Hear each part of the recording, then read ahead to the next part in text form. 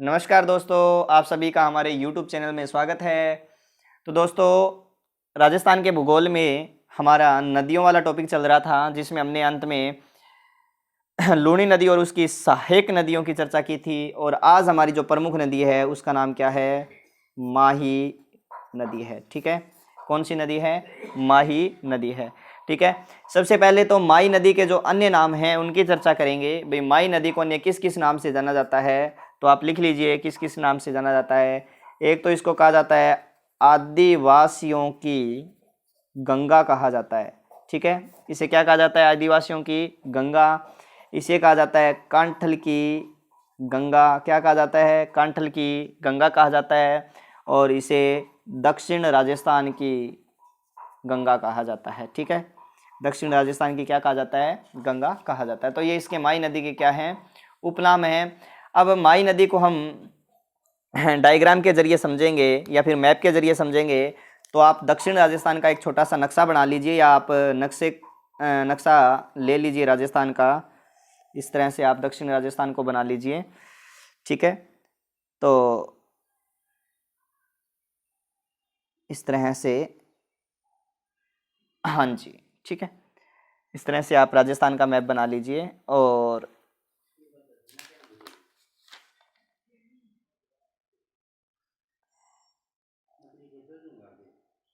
ये लीजिए। ठीक है, ये बन गया आपका राजस्थान।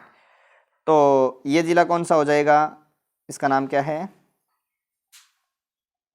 डूंगरपुर। और ये जिला है, इसका नाम क्या है? बांसवाड़ा। और ये कौन सा है आपके?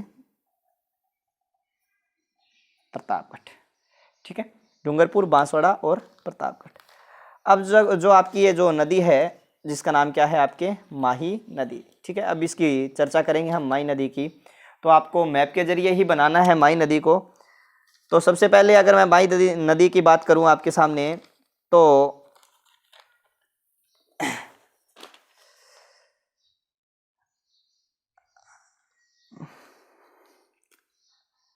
माही नदी इस तरह से बनानी है आपको माही नदी को।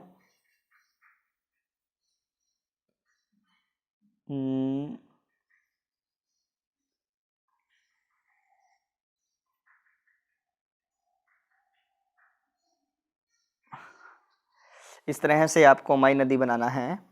ठीक है, इस तरह से ये लीजिए,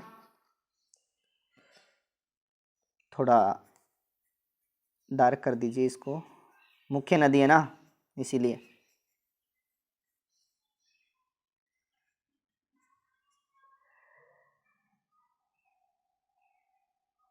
इस तरह से, ठीक है। और सबसे पहली बात जो आती है, ये स्थान, ये जो स्थान है, स्थान कौन सा? जहाँ से इसका उद्गम होता है। ठीक है, वो कौन सा है? तो ये है मेहद झील। कौन सा स्थान है? मेहद झील। सरदारपुरा नामक स्थान है। विंध्याचल पर्वतमाला है। और जिला कौन सा है? धार जिला है। कौन सा जिला है? धार जिला है। और धार जिला है कहाँ? तो एमपी में है। ठीक है, धार जिला कहाँ है? एमपी के अंदर है। भी मेहद झील है, सरदारपुरा नामक स्थान है, विंध्याचल पर्वतमाला है, धार जिला एमपी। यहाँ से इस नदी का क्या होता है? आपके उद्गम होता है। कौन सी नदी का उद्गम होता है? तो नाम आता है, कौन सी नदी है ये? नदी का नाम लिख लीजिए यहाँ पर, वैसे तो ऊपर लिखा हुआ है। कौन सी नदी है ये? माही नदी। ठीक है, कौन सी नदी का उद्गम होता है? माही नदी। जिस स्थान से ये प्रवेश करेगी माही नदी, ठीक है, जिस स्थान से ये माही नदी जो है इसमें प्रवेश करेगी, उस स्थान का नाम है खांदू गांव। ठीक है, क्या नाम है? खांदू गांव। और खांदू गांव कहाँ है आपके? बांसवाड़ा में है। कौन सा गांव है?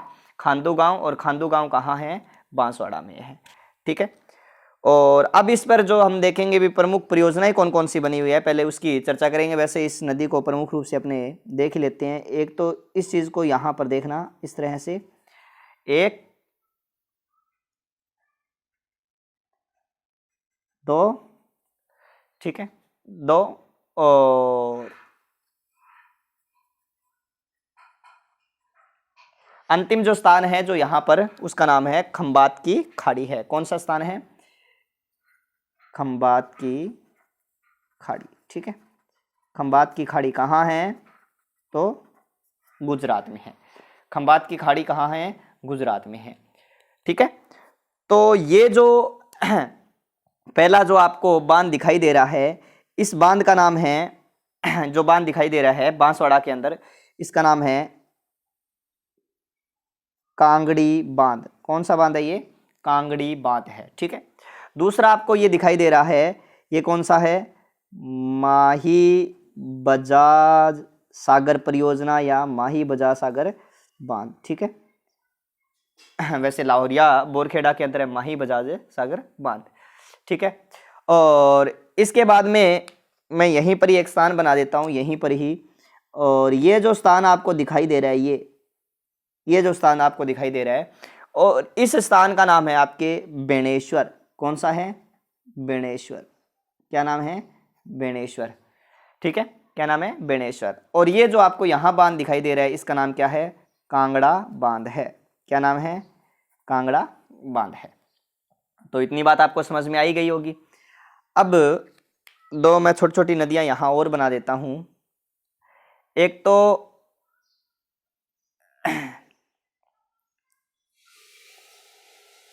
इस तरह से,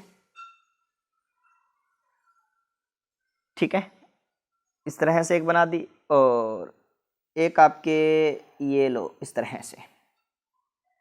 ठीक है, वैसे तो ये जो अनास है वो इस तरह से, यहाँ पर एक नहर है, और इस नहर का नाम है आपके, यहाँ पर ये वो जिसका नाम है भिखाबाई सागवाड़ा नहर। इसका भी नाम लिख देते हैं, चलो यहाँ। क्या नाम है इसका? भिखाबाई सागवाड़ा परियोजना। कौन सी परियोजना है? भिखाबाई सागवाड़ा परियोजना। ठीक है, कौन सा है? भिखाबाई सागवाड़ा परियोजना है। और ये जो नदी है, ये नदी, ये जो पहली नदी जो आपको दिखाई दे रही है, इसका नाम है एराब या ईरू नदी। क्या नाम है? एराब या ईरू नदी है। ठीक है, एराब या ईरू नदी है। ये इसकी क्या है? सहायक नदी है। एराब या ईरू नदी है वो इसकी क्या है? सहायक नदी है। और ये जो आपको दूसरी नदी दिखाई दे रही है, इसका नाम है अनास नदी। कौन सी नदी है? अनास नदी। ठीक है, अनास नदी पर यहाँ पर एक बांध बना हुआ है। ठीक है, या परियोजना है जिसका नाम क्या है? अनास परियोजना। कौन सी परियोजना है? इसी पर अनास परियोजना है।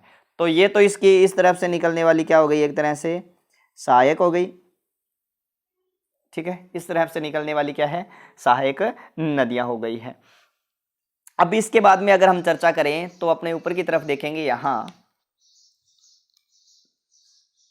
तो सबसे पहली बात तो यहाँ पर आती है,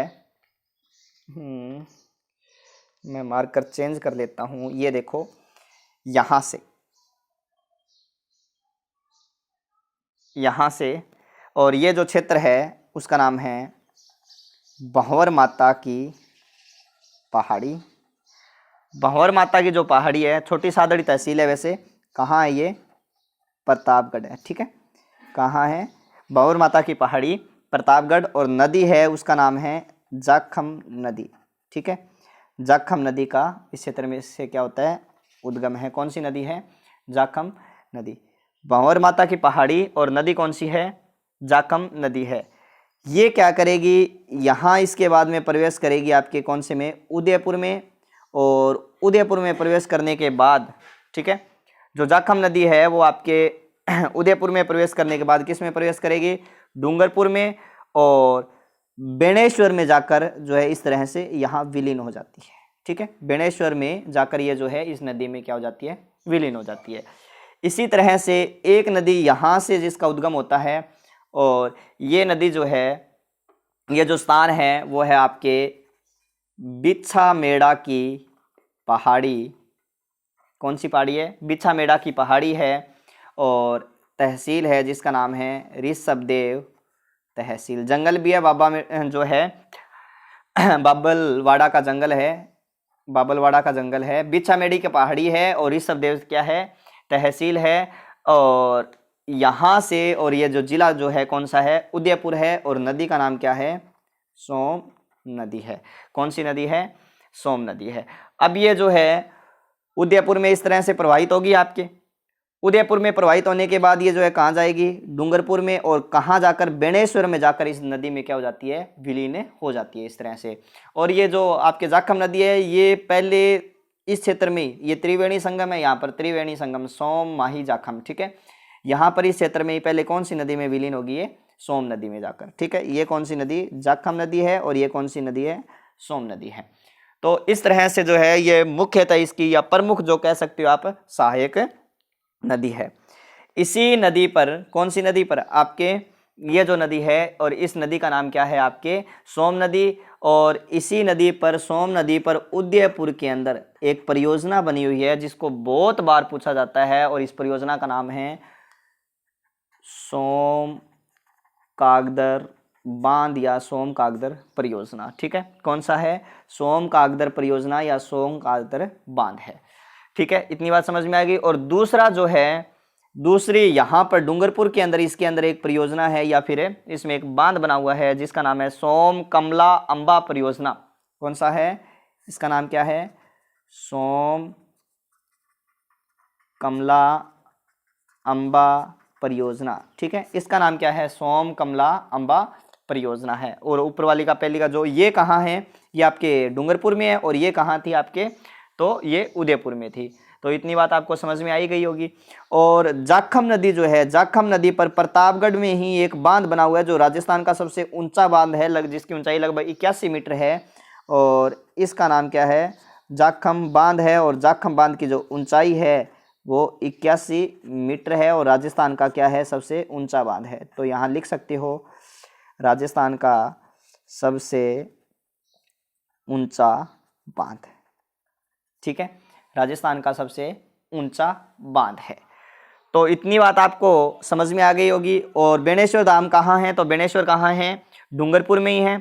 और इसी पर ही एक गलियाकोट नामक स्थान है यहाँ पर, ठीक है। कौन सा, गलियाकोट, गलियाकोट। और गलियाकोट भी कहाँ है, तो गलियाकोट भी कहाँ है, उदयपुर में ही, सॉरी, गलियाकोट कहाँ है, डूंगरपुर में ही आपके बना हुआ है। तो इस तरह से ये जो हमने मैप के जरिए ये इस नदी को समझा है जिसका नाम क्या है, माही नदी। और कल हम जो इसका लिखने वाला मैटर है हम उसकी भी चर्चा करेंगे। और इसकी सहायक नदियां जो है हम देखेंगे कि उद्गम से लेकर अंतिम स्थान तक, अर्थात पूर्व से पश्चिम तक जो प्रमुख सहायक नदियां हैं, उन सहायक नदियों का क्रम क्या हो सकता है, हम उसकी भी चर्चा करेंगे। तो दोस्तों आज के लिए इतना ही, बाकी करेंगे हम कल। अगर आपको हमारा वीडियो पसंद आया है तो लाइक कीजिए, शेयर कीजिए।